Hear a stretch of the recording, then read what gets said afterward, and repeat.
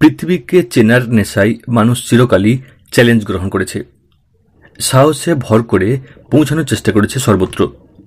কিন্তু এখনো এমন এক বিন্দু রয়েছে যেখানে মানুষ পৌঁছাতে পারেনি, পৌঁছানোর চেষ্টাও করেনি। বাস্তবে কি এতটা অসম্ভব সেখানে পৌঁছানো? জায়গাটিকে বলা হয় পৃথিবীর সবচেয়ে একাকী অঞ্চল। এটি রয়েছে প্রশান্ত মহাসাগরের বুকে। 1992 সাল পর্যন্ত এর হদিস কেউ জানত না। 1992 সালে এক ইঞ্জিনিয়ার খাতায় কলমে দেখেন এবং কম্পিউটারের সাহায্য নিয়ে দক্ষিণ প্রশান্ত মহাসাগরে এই বিন্দুটিকে খুঁজে বার করেন। নিজে অবশ্য সেখানে কখনোই যাননি। এটি কিন্তু কোনো স্থলভাগ নয়। প্রশান্ত মহাসাগরের বুকে এই বিন্দুটির অবস্থানই সবচেয়ে অবাক করা। এটি এমন এক বিন্দু যেখান থেকে পৃথিবীর স্থলভাগ সবচেয়ে দূরে পড়ে।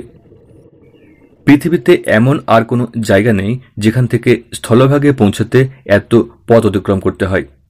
এই বিন্দুটির নামকরণ করা হয় জুল ভার্নের লেখা বিখ্যাত কল্পবিজ্ঞানের কাহিনী 20,000 লিগ আন্ডার দ্য সি এর ক্যাপ্টেন নিমোর নামে, এবং বিন্দুটির নাম দেওয়া হয় পয়েন্ট নিমো।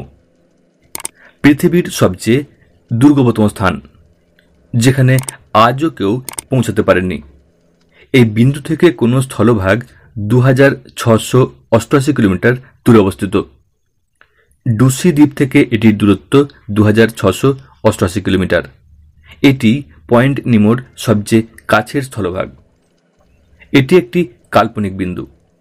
কেউ যদি সেখানে পৌঁছতে চান তাহলে তাকে জলে ভেসে স্থলভাগ থেকে সেখানে পৌঁছাতে হবে, আর মনে রাখতে হবে ওই একই পথ পার করে ফের তিনি স্থলভাগে ফিরতে পারবেন না।